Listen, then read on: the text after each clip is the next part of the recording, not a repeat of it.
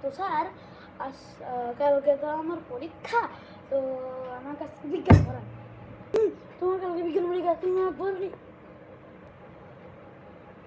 Sorry sir? কিসের sorry? হ্যাঁ কিসের সরি? হ্যাঁ তুমি আমার বলেন বের করতে পারবে আর গালি মারে আমি কি করে না?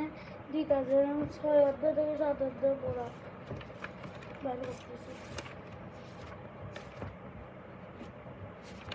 পরবর্তী দাঁড়ান। সরকার থেকে আমরা কাজ করার শক্তি পাই। আমিষ দেহ গঠন করে, চর্বি বা তেল জাতীয় খাবার শরীরে শক্তি সঞ্চিত রাখে। ফোনের মধ্যে কি যাকো তুমি?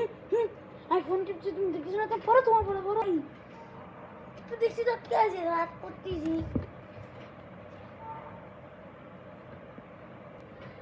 জোরে পড়ো, জোরে পড়তেছি।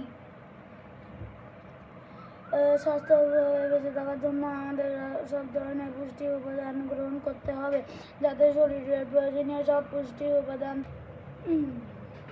তো কালকে তোমাকে সব পড়াই দিছি।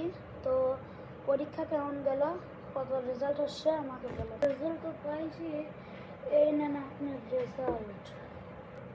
দেখি